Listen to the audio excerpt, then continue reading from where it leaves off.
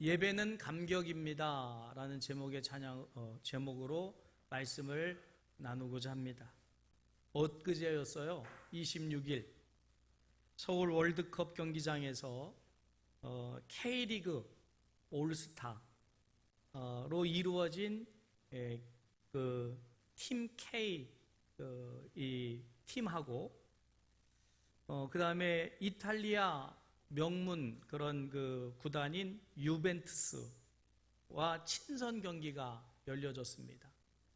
축구 팬들은 다 아는데 축구에 관심이 없는 분들은 그런 게 있었어? 예, 그러실 수 있는데 있었어요. 그날 경기는 3대3 무승부로 골이 6골이나 날 정도로 재미가 있는 그런 경기였다고 합니다. 전 못 봐서요. 근데 문제는 경기가 끝나고 나서 그 1인당 표가 3만 원부터 40만 원까지래요. 그 돈을 주고 6만 3천 명이 모였다는 거예요. 그건 또 어떻게 놀라시네? 6만 3천 명이 놀랐다. 우리 연천군 인구가 다 간 거예요. 더 많이 간 거예요. 그렇죠? 네. 어마어마한 관람객들이 모여서 관람을 했는데 경기가 끝나고 나가지고 팬들이 실망을 하고 지금 환불 내지는 그걸 위해서 소송을 하겠다. 그 이유는 단 한 가지입니다. 호날두라고 하는 선수가 계약상에는 45분을 뛰기로 돼 있었대요.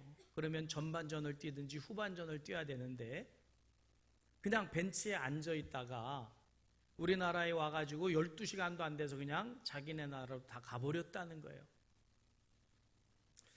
그것도 또 경기가 1시간이나 늦게 시작이 되고 물론 폭우가 있고 중국에서 넘어왔기 때문에 그러려니 한다 할지라도 6만 3천 명이 1시간 이상을 기다렸다가 그 호날두 선수가 나올 것을 기대하고 봤는데 90분 내내 안 나오다가 그냥 나가버리고 팬사회에도 안 했으니 얼마나 열이 받겠어요. 지금 난리가 났어요. 약속을 했으면 약속을 지켜줘야 되는데 약속을 안 지키고, 이유는 중국에서 펄펄 날던 선수가 여기 와서는 피곤해서 다음 경기 때문에 친선 경기니까 그냥 대충 얼굴만 보이고 그냥 갔다는 거예요. 그러니 한국 팬들이 얼마나 실망을 했겠습니까? 약속은 지켜줘야 될 줄 압니다. 그렇죠? 최소한 성의는 보여줘야 되는데 그렇지 못하는 사건이 엊그제 있었다는 거예요. 근데 어느 교회에서도 약속을 못 지키는 일이 있었답니다. 헨리 워드 비처라고 하는 유명한 설교가인데 이분이 뉴욕의 한 큰 교회 초대가 되어져서 이제 그 주간에 그 교회 가서 말씀을 전하게 됐습니다. 그러니까 그 뉴욕의 큰 교회는 그 훌륭한 이제 핸드워드 피처라고 하는 목사님이 오신다. 그래서 광고를 해가지고 성도들도 기대하고 그 광고를 들은 많은 사람들이 그 설교를 듣고자 그날만 손꼽아 기다렸습니다. 드디어 그 주간이 되어서 주일날 이제 예배가 드려지게 됐는데 막상 오셔야 될 그분이 못 오신 거예요. 왜냐하면 질병 때문에 불가피 며칠 전에 못 오게 돼서 이 헨리 워드 피처가 목사님이 이제 그 담임 목사님에게 전화를 해서 내가 이렇게 병이 들어서 지금 입원해 있었는데 갈 상황이 못 됩니다. 대신 그 동생인 토머스 피처 목사를 보내면 어떻겠습니까? 그래서 얘기가 되어져서 급작스럽게 설교자가 바뀌게 된 거예요. 그 전주만 알았더라면 광고를 해가지고 불가피 못 오신답니다. 대신 다른 사람이 올 겁니다. 이렇게 됐으면 좋겠는데 뭐 일주일 교회는 뭐 일주일 단위로 이렇게 진행이 되니까 불과 며칠 앞두고 못 오게 된 상황 속에서 예배가 시작이 됐습니다. 주일 아침에 당연히 헨리 피처 목사님이 올 줄 알고 수많은 관객들이, 그 성도들이 예배 시간에 모였습니다. 그렇게 많이 모인 건 처음이겠지요. 글쎄요, 그때 얼마나 모였는지, 엊그제같이 6만 3천 명 이상이 모였는지 모르겠는데 아무튼 꽉 들어찼습니다. 그래서 예배가 시작됐는데 설교 시간이 됐습니다. 담임 목사님이 사정을 얘기합니다. 오시기로 한 목사님은 지금 병원에 입원해 계시고, 그래서 불가피 동생 토마스 피처 목사님이 오셨습니다. 그랬더니 웅성웅성하기 시작하면서 일부는 나가고 예배 분위기가 엉망이 됐습니다. 다들 헨리 피처 목사님이 온다 해서 온 사람들이 많으니까요. 그래서 이제 소개받은 토마스 피처 목사님이 강단에 서서 이렇게 설교를 시작을 했습니다. 저희 형님이 갑작스러운 병환으로 오늘 이 예배에 못 오게 된 것에 대하여 제가 대신 진심으로 사과를 드립니다. 그러나 오늘 저는 특별한 광고를 먼저 하고 말씀을 증거할까 합니다. 지금 예배에 오셨다가 나가신 분 외에도 여기 혹시 헨리 피처 목사를 예배하기 위해서 또 만나기 위해서 온 분이 계시다면 이 자리에서 지금 다 일어나서 나가 주십시오. 퇴장해 주시면 감사하겠습니다. 왜냐하면 오늘 우리는 헨리 피처를 예배하기 위해서 온 게 아니라 하나님을 예배하기 위해서 이 자리에 모였기 때문입니다. 하나님을 예배하실 분들만 남으시고 헨리 피처 목사를 보기 원해서 왔다든지 그분을 예배하기 위해서 오신 분들은 없으니까, 안 계시니까 그냥 퇴장해 주시면 좋겠습니다. 장례는 조용해졌고 숙연해졌습니다. 그리고 그날 예배에 특별한 성령의 기름 부으심이 넘쳤다는 거예요. 여러분, 예배가 무엇입니까? 왜 우리 그리스도인들은 그토록 예배를 해야 되는 걸까요? 그리고 오늘 여러분들은 왜 이 자리에 와 계십니까? 우리는 예배에 대한 모든 질문에 대해서 정확한 답을 가지고 있어야 돼요. 왜냐하면 답도 없이 예배할 수는 없는 겁니다. 왜 예배해야 되는지, 내가 오늘 이 자리에 왜 있어야 되는지도 모른 채 이 자리에 와서 예배한다면 그건 예배가 아니기 때문에 그렇습니다. 여러분, 예배에 대한 어떤 질문이든지 간에 예배에 대해서는 확실한 답을 알고 있기를 주님의 이름으로 축복합니다. 알아야 돼요. 알지 않고는 온전한 예배를 드릴 수가 없습니다. 그러면 예배에 대한 정확한 답을 알려면 예배의 원형이 되는 하나님의 나라의 예배를 봐야 돼요. 이 지구상에서 드려진 예배를 보는 게 아니고 원조 하나님의 나라에서 드려지는 예배를 통해서 우리는 예배에 대한 답을 알 수 있게 됩니다. 그래서 오늘 우리가 본문으로 선택한 5장 말씀과 함께 1장부터 이 천상에서 드려지는 예배를 통해서 우리가 하는 예배와 또 예배에 대한 모든 답을 얻을 수 있는 귀한 은혜가 있기를 주님의 이름으로 축복합니다. 하나님은 예배가 무엇인지를 알려주시기 위해서 이 요한계시록의 1장부터 하나님은 천국의 커튼을 여셔요. 천국이 열려집니다.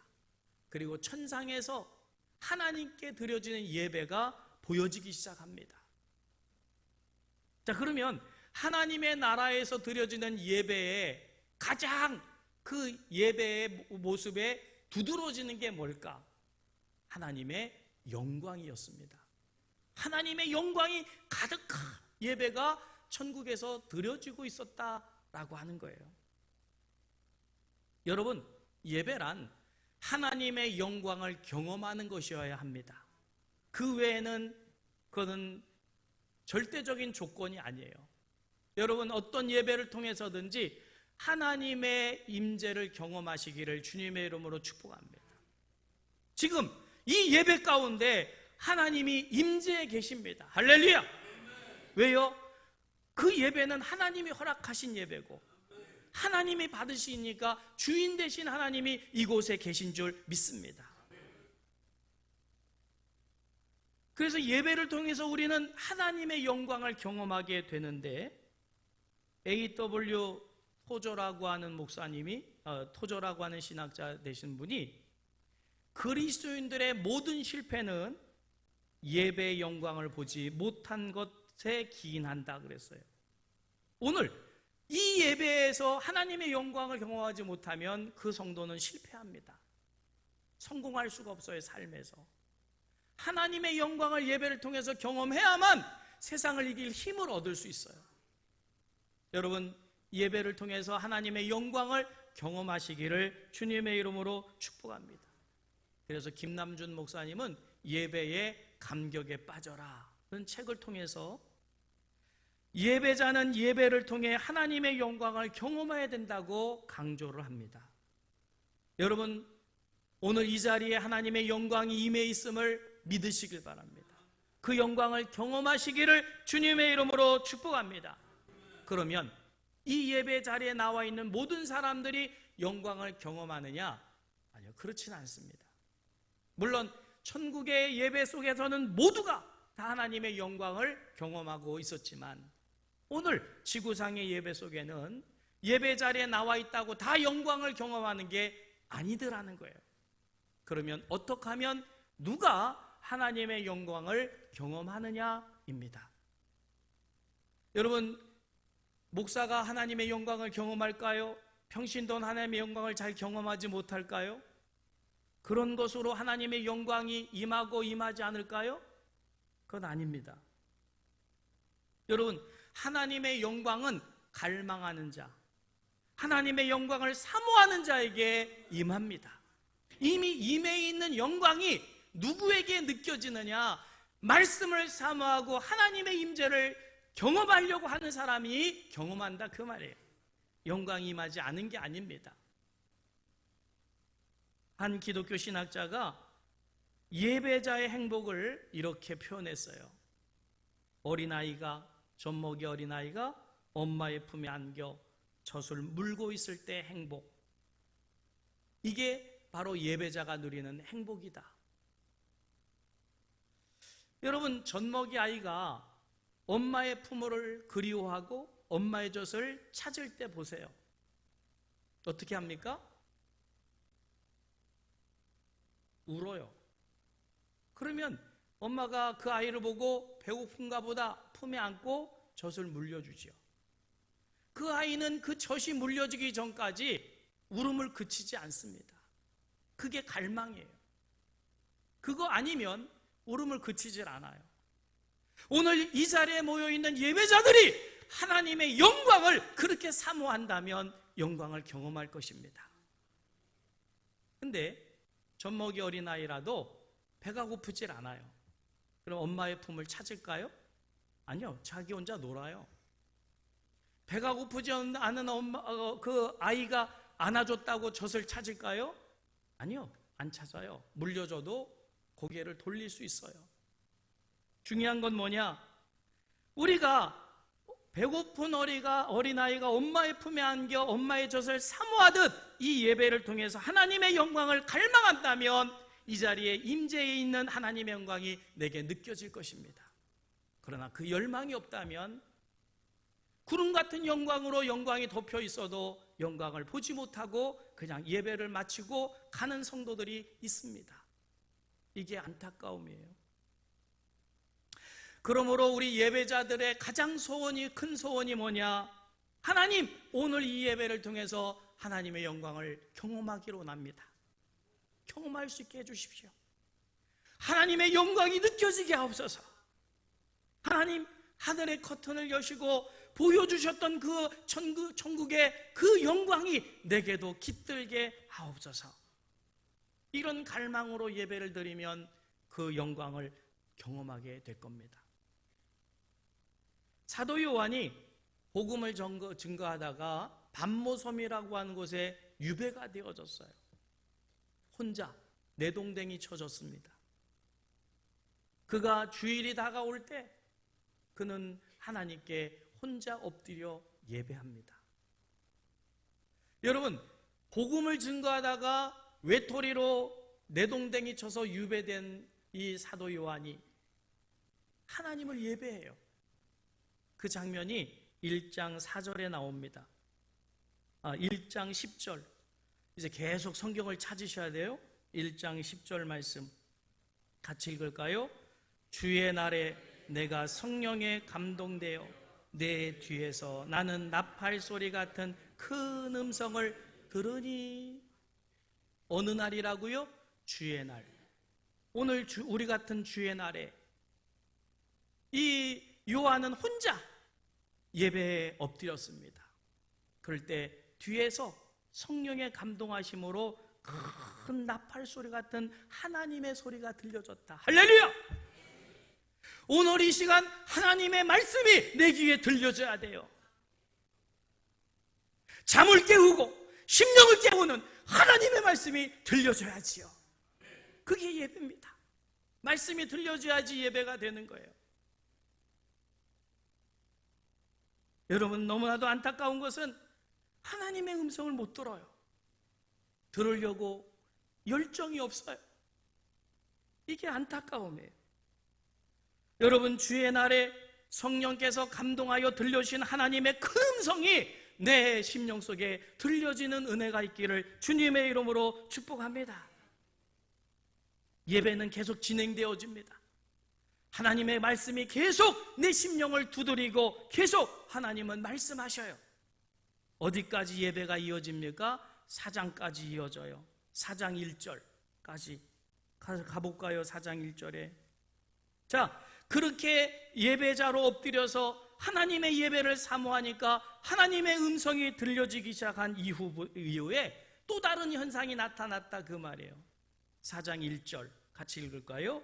이 일 후에 내가 보니 하늘에 열린 문이 있는데 내가 들은 바 처음에 내게 말하던 나팔 소리 같은 그 음성이 이르되 이리로 올라오라. 이후에 마땅히 일어날 일들을 내가 내게 보이라 하시더라. 할렐루야. 이번에는 말씀이 나를 인도하여 가더니 이번에는 내가 봐야 될 환상을, 하나님의 영광을 보여주셨다, 그 말이에요. 할렐루야. 여러분, 예배는 살아계신 하나님께 드리는 겁니다. 그러면 살아계신 하나님의 음성도 듣고 하나님이 보여주시는 환상도 보고 하나님의 영광도 봐야 될 줄 믿으시길 바랍니다. 그게 예배예요. 여러분, 유배 생활을 하면서도 이 요한 사도는 하나님의 드리는 예배를 갈망해요. 어떻게 하면 하나님을 만날 수 있을까? 하나님을 뵐 수 있을까? 라고 그 예배에 집중할 때 그 하나님의 영광이 임하더니 2절 말씀입니다. 같이 읽을까요? 4장 2절. 내가 곧 성령에 감동되었더니 보라, 하늘의 보좌를 베풀었고 그 보좌 위에 앉아있는 이가 있으니. 결국 누굴 또 봐요? 하나님을 봐요. 하나님의 영광을 경험하는 거죠. 여러분, 오늘 우리의 드린 예배도 동일할 줄 믿습니다. 하나님의 음성도 듣고 하나님의 영광도 보시기를 주님의 이름으로 축복합니다. 이게 우리의 예배에 임하는 우리의 열망이어야 돼요. 우리의 소원이어야 돼요. 그런데 이 소원은 우리의 소원만이 아닙니다. 하나님의 소원이에요.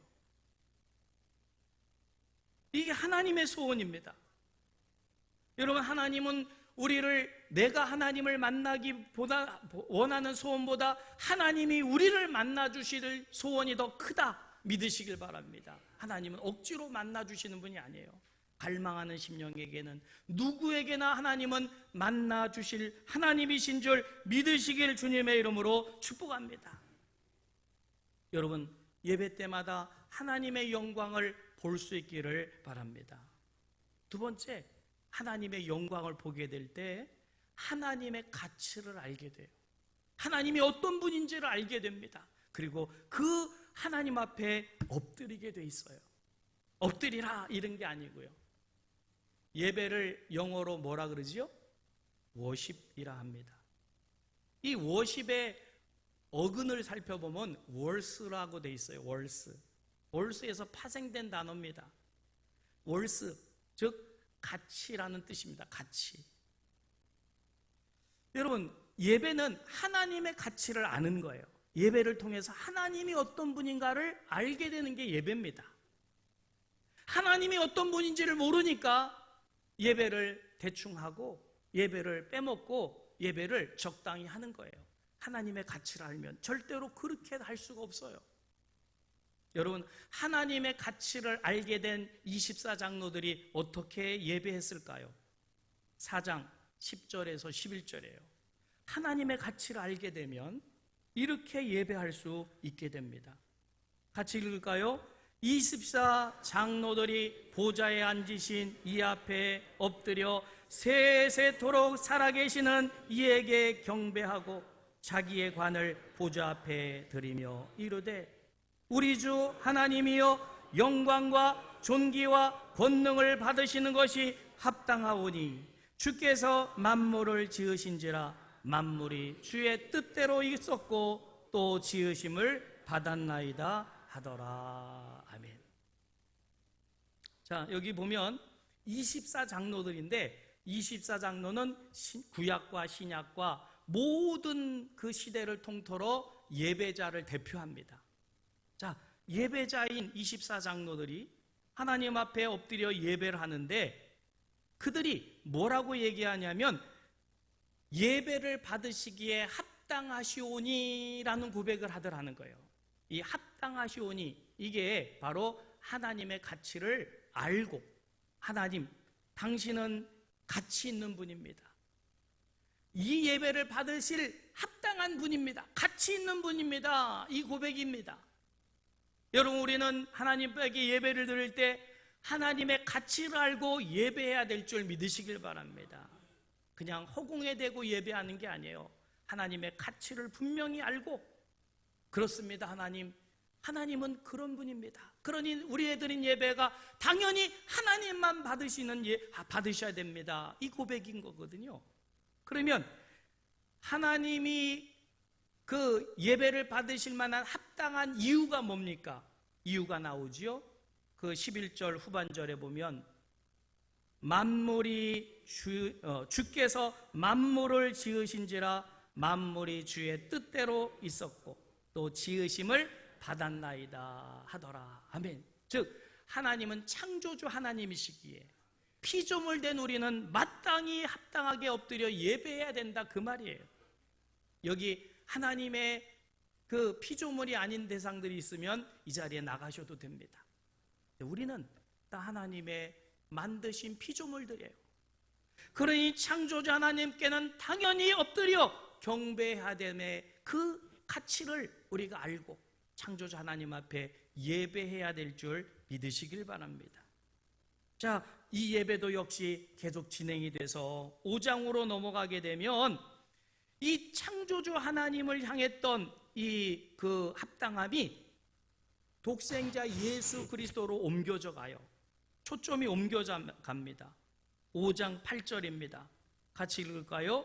그 두루마리를 취하심에 네 생물과 24장로들이 그 어린 양 앞에 엎드려 각각 검은고와 향이 가득한 금대접을 가졌으니 이 향은 성도들의 기도들이라. 아멘. 기도하며 하나님 앞에 영광을 돌려요. 근데 그 영광이 처음에는 창조주 하나님께 돌리다가 그 다음에 어디로 갔다고요? 독생자 예수 그리스도 어린 양에게 그 예배가 향해졌다라고 하는 거죠. 자, 그러면 예배의 초점이 예수님께로 옮겨져 갔는데 그러면 예수님이 예배를 받으시는 당연히 예수님께 내가 예배를 드려야 된다고 하는 합당한 그 가치의 이유가 뭘까요? 12절입니다. 같이 읽을까요? 큰 음성으로 이르되 죽임을 당하신 어린 양은 능력과 부와 지혜와 힘과 존귀와 영광과 찬송을 받기에 합당하도다 하더라. 아멘. 자, 그러면 이제 예수님이 우리의 드린 예배를 당연히 받으실 합당한 이유가 있는 분인데, 그 이유가 뭐라고요? 나의 죄를 위해서 십자가에 못 박혀 죽으신 속죄의 은혜를 베풀어 주신 분이기에 당연히 우리는 그 주님께 예배를 해야 된다, 이 고백인 줄 믿으시길 바랍니다. 그러면 우리도 마찬가지예요. 창조주 하나님을 향하여 나를 죄에서 구속해 주신 구속의 신비와 그리고 속죄의 은혜 속에서 우리는 하나님께, 독생자 예수님께 오늘 예배해야 될 줄 믿으시길 바랍니다. 자, 그러면 그 창조주 하나님과 그리고 나를 위해서 십자가에 못 박혀 죽으신 예수님께 예배하는데, 그 가치를 아는 사람들은 어떤 것으로 하나님께, 예수님께 예배를 드렸느냐? 4장 10절 다시 한번 읽어보세요. 같이 읽겠습니다. 시작. 24장로들이 보좌에 앉으신 이 앞에 엎드려 세세토록 살아계시는 이에게 경배하고 자기의 관을 보좌 앞에 드리며, 뭘 드렸다고요? 뭘 드렸다고요? 자기의 관, 금면류관을. 이 금면류관은 이 땅에서 신앙생활하면서 신앙생활한 결과로 받는 상급이고 면류관이에요. 금면류관. 이거 하나 바라보고 이 땅에서 그 모진 고난을 겪으면서 신앙생활하다가 받은 게 금면류관인데, 그 금면류관조차도 창조주 하나님께 드리는 것은 아깝지가 않았고, 나를 죄에서 구원하신 예수님께 드리는 것은, 그것은 오히려 기쁨이었다는 거예요. 억지로 드리는 게 아닙니다. 이 땅의 모든 삶의 신앙생활에 그 열매로 주신 금면류관을 아낌없이 하나님께 드렸다. 여러분, 오늘 우리가 드리는 예배 속에 과연 우리는 내가 가장 귀하게 여기는 내 삶의 최상의 것을 하나님께 드리고 있느냐, 이 말이에요. 예배는 감상이 아닙니다. 예배는 경배의 대상인 하나님의 가치를 깨닫고 나의 최상의 것을 드리는 거예요. 드리는 기쁨, 드리는 감격이 예배인 줄 믿으시길 바랍니다. 그래서 찬양도 드리고 기도도 드리고 헌금도 드리고 마음도 드리고 온 우리의 모든 것을 다 동원해서 하나님께 영광을 돌리는 이것, 그 가치를 깨닫고 그걸 드림이 오히려 기쁘고 감격적일 때 그것이 예배였다. 할렐루야. 그래서 예배는 감격이라는 거예요. 찬양을 드림도 감격이고 예물 드림도 감격이고 모든 것을 다 드림이 감격이 되는 게 예배입니다. 세 번째로, 예배는 하나님의 성품을 담게 합니다. 4장 4절 말씀입니다. 같이 읽을까요? 또 보좌에 둘려 24 장로들이 있고 그 보좌 위에 24 장로들의 흰 옷을 입고 머리에 면류관을 쓰고 앉았더라. 아멘. 자, 여러분, 예배자들의 모습을 지금 보여주고 있어요. 그 예배자들은 24 장로들이지요. 그런데 그 예배자들의 모습이 두 가지 특징이 있죠. 한 가지는 흰 옷을 입었다는 것과 또 한 가지는 면류관을, 금관을 쓰고 앉았더라라고 하는 거예요.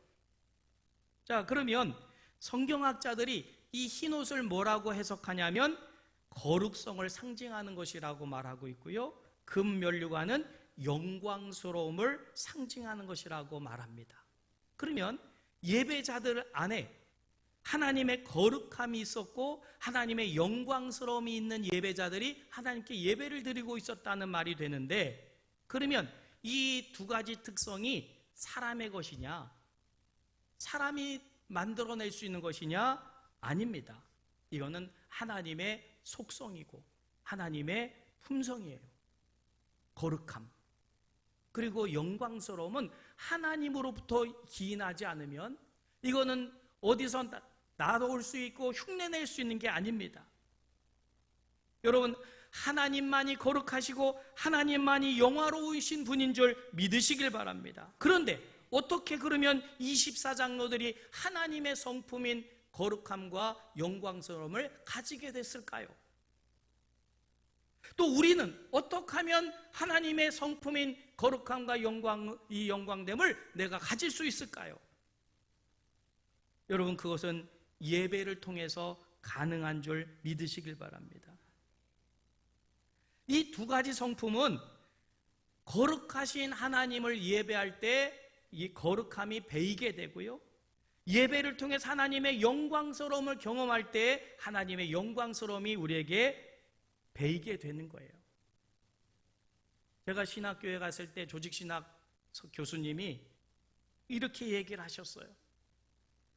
예수를 믿고 구원을 얻는다는 것은 예수를 믿어 의롭게 되는 것이다. 칭의지요. 너희는 의롭다. 그러면 그것으로 끝난 게 아니라 이제부터 신앙적인 두 가지 과제가 남게 되는데, 하나는 성화이며 하나는 영화이다. 너희는 앞으로 서로 성화를 이루어 가고 그리고 영화의 단계에 이르는 신앙생활을 해나가야 된다. 신학생들만요?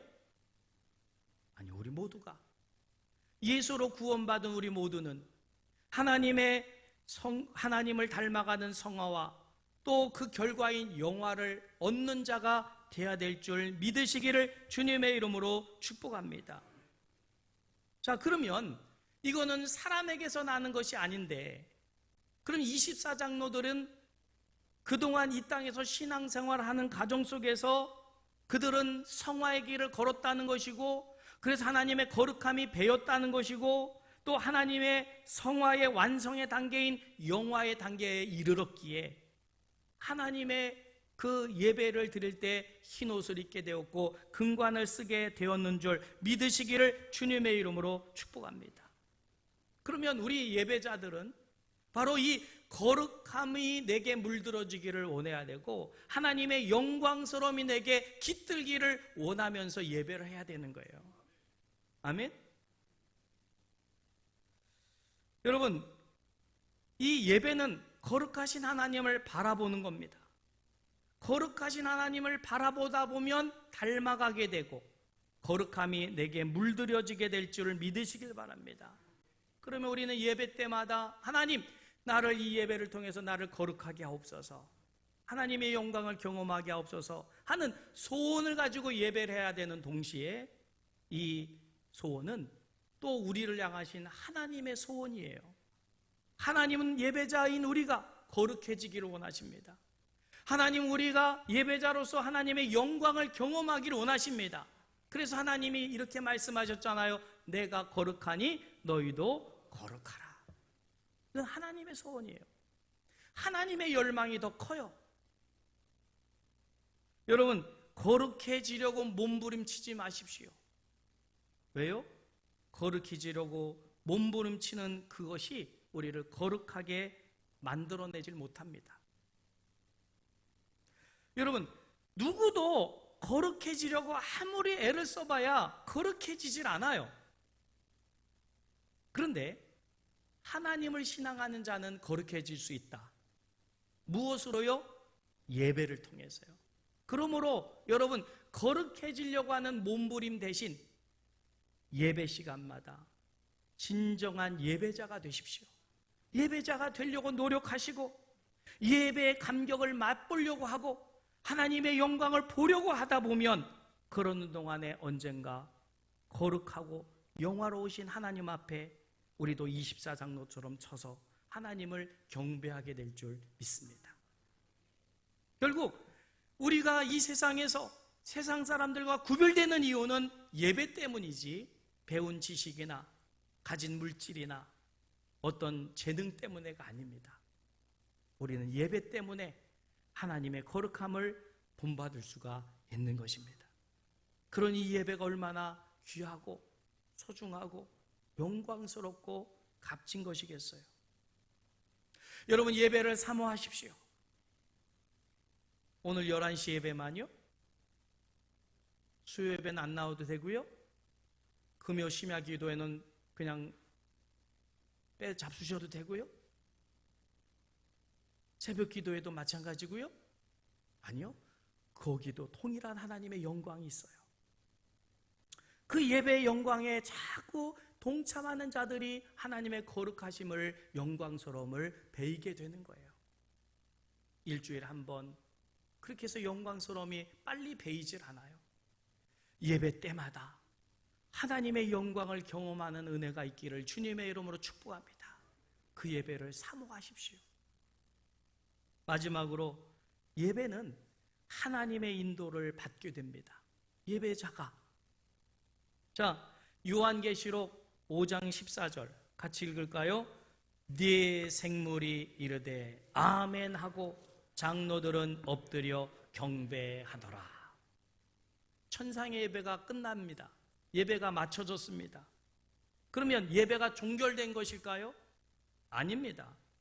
이 예배는 계속 이어지는데 어떻게 이어지느냐? 6장으로 넘어가게 되면 요한 사도가 이제부터는 뭘 봅니까? 예배를 드리고 난 요한 사도는 앞으로 이 땅에서 벌어질, 세상에서 벌어질 역사를 봐요. 하나님이 보여주십니다. 그래서 하나씩 임봉이 열려질 때마다 전쟁과 기근과 질병에 가득한 세상이 보여지면서 하나님이 역사하시는 것을 보게 됩니다. 이 말씀은 뭐냐면 우리가 하나님을 예배하고 천국 뿅 간 게 아니라 예배하고 어디로 가요? 세상으로 향해 갑니다. 그러면 지금 6장부터 보여지는 것은 사도 요한이 예배를 드리고 난 다음에 경험하는 세상을 보여주는 거예요. 우리가 경험하는 세상입니다. 이 세상에 환난도 있고 질병도 있고 또 핍박도 있고 전쟁도 있어요. 그러면 이 세상이 우리가 경험하게 될 터인데, 그러면 예배를 드린 이후에 이 세상에 이것들을 경험하는 우리들에게 그럼 하나님은 너 예배 영광 경험했으니까 네가 알아서 해, 그럴까요? 아닙니다. 7장에 17절 말씀 보시면 예배자에게 주시는 복입니다. 같이 읽을까요? 이는 보좌 가운데 계신 어린 양이 그들의 목자가 되사 생명수 샘으로 인도하시고 하나님께서 그들의 눈에서 모든 눈물을 씻어 주실 것이라. 할렐루야! 예배를 드렸더니 하늘에서 영광을 받으신 그 어린 양이신 예수님이 이 땅을 살아가는 우리에게 찾아오셔서 우리의 목자가 되어주셔서 우리를 어디로 인도하신다고요? 생명샘으로 인도하시고 우리의 눈에 흐른 눈물을 어떻게 해주신다고요? 닦아주신다. 이게 예배자가 누리는 이 땅의 복입니다. 우리가 왜 예배해야 됩니까? 이런 하나님의 위로와 하나님의 축복을 받기 때문입니다. 여러분, 예배를 통해서 하나님의 위로와 하나님의 축복을 경험하시기를 주님의 이름으로 축복합니다. 어제 초동부 여름성경학교가 있었다 그랬죠? 유치부. 근데 한 아이가 누가 데려오셨는데 이 아이의 이름은 박시환 어린이에요. 내가 아파가지고 아픈데도 온 거예요. 여름성경학교 참석하려고. 6살짜리나 7살짜리나 된 아이인데 인상을 봤더니 저 같으면 집에 있을 텐데 어떻게 해서 왔어. 전도사님이 기도해달라고 그래가지고 기도를 해줬어요. 하나님, 시환이가 이렇게 아픈데도 여름성경학교 참석하려고 왔습니다. 하나님께서 이 아이에게 치료의 은혜를 베풀어 주시고 여름성경학교 잘 지낼 수 있도록 은혜 베풀어 주세요. 기도를 했더니, 기도하고 끝냈더니 이 아이가 울어요. 눈물을 뚝뚝뚝뚝 흘리면서 울어. 그 아이가 뭘 지금 경험한 거지요? 아파서 우는 게 아니에요. 감동을 받은 거예요. 감격스러우니까. 근데 저는 그런 아이는 감격스러움을 잘 모르는 줄 알았어요. 왜냐하면 초동부 여름성경학교 때 그 금요일 날 오시라고 했는데 또 안 오셨더라고, 성도들은. 어린이들은 와서 기도하는데 이 아이들이 눈물을 흘리고 기도하면 얼마나 좋겠어요. 안수해 주는데도 쳐다보고 목사님 그래서 야, 이런 애들이 어떻게 이게 은혜의 감동이 느껴질까? 우려도 되고 걱정도 되고. 근데 이 아이는 아파서 고통스러워서 그랬는지 몰라도 기도해 주니까 감동을 받아가지고 눈물을 흘리더라고요. 그래서 눈물을 닦아줬어요. 여러분, 우리가 하나님께 나와 예배하고 우리가 이 세상을 살아갈 때 우리도 질병 만날 수 있어요. 원치 않은 사건과 사고 경험할 수 있습니다. 심지어는 목숨의 위협함도 당할 수 있어요. 그럴 때 우리 주님이 오셔서 우리의 눈에 흐른 눈물 닦아주실 줄 믿으시길 바랍니다. 그게 예배자가 누리는 축복이에요. 아멘. 그 은혜가 있으시기를 주님의 이름으로 축복합니다.